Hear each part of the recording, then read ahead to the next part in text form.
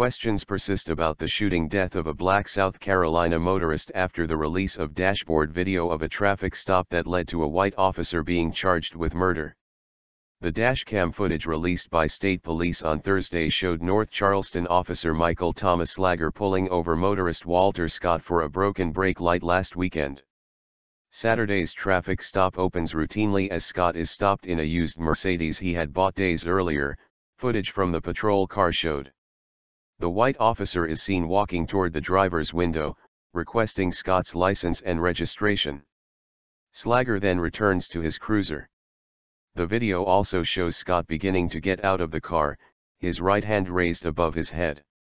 He then quickly gets back into the car and closes the door. After Slager goes back to his patrol car, minutes later, Scott jumps from his car and runs. Slager chases him. Dashboard camera gap. What's missing is what happens from the time the two men run out of the frame of dashboard video to the time picked up in a bystander's cell phone video a few hundred yards away. The cell phone footage starts with Scott getting to his feet and running away, then Slager firing 8 shots at the man's back. The dashboard camera is in stark contrast to the cell phone footage of the later moments of the encounter. On the dashcam video, Slager never touches his gun during the stop. He also makes no unreasonable demands or threats. It is possible for something to happen in that gap to significantly raise the officer's perception of risk, Seth Stoughton, a former police officer and criminal law professor at the University of South Carolina. Murder charges. Police and Slager's first lawyer initially said the officer fired in self-defense during a scuffle over his department-issued taser. Within days of Saturday's encounter, the eyewitness video surfaced and immediately changed perceptions of what had happened, leading authorities to charge Slager with murder and fire him from the police force he'd worked on for 5 years. There is almost nothing in Slager's police personnel file to suggest that his superiors considered him a rogue officer capable of murdering a man during a traffic stop. In the community he served, however, people say this reflects what's wrong with policing today. Officers nearly always get the last word when citizens complain. We've had through the years numerous similar complaints, and they all seem to be taken lightly and dismissed without any obvious investigation, the Rev. Joseph Darby, Vice President of the Charleston branch of the National Association for the Advancement of Colored People, said Thursday. War zone mindset.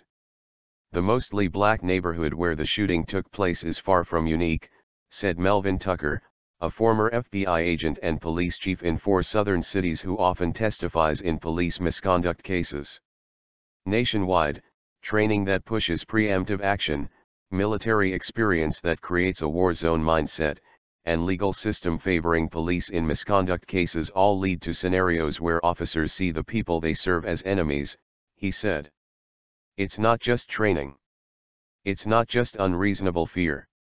It's not just the warrior mentality.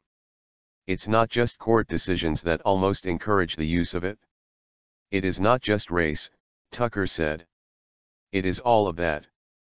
As a steady crowd left flowers, stuffed animals, notes and protest signs in the empty lot where Scott was shot, many said police in South Carolina's third-largest city routinely dismiss complaints of petty brutality and harassment, even when eyewitnesses can attest to police misbehavior. The result, they say, is that officers are regarded with a mixture of distrust and fear. Both Slager, 33, and Scott, 55, were U.S. Coast Guard veterans. Slager had one complaint in his personnel file of excessive force that was ultimately dismissed. Scott had been jailed repeatedly for failing to pay child support. But neither man had a record of violence. Slager consistently earned positive reviews in his 5 years with the North Charleston Police. Slager's attorney, Andy Savage, said Thursday that he's conducting his own investigation, and that it's far too early for us to be saying what we think. The officer is being held without bond pending an August 21 hearing on a charge of murder that could put him in prison for 30 years to life if convicted. Slager's file includes a single excessive use of force complaint. From 2013, a man said Slager used his stun gun against him without reason. but Slager was exonerated and the case closed, even though witnesses told the Associated Press that investigators never followed up with them. Police say they are now looking at that case again amid questions by the man tossed and eyewitnesses who said authorities never questioned them about it. It's almost impossible to get an agency to do an impartial internal affairs investigation. First of all, the investigators doing it are co-workers of the person being investigated. Number 2, there's always the tendency on the part of the departments to believe the officers, Tucker said.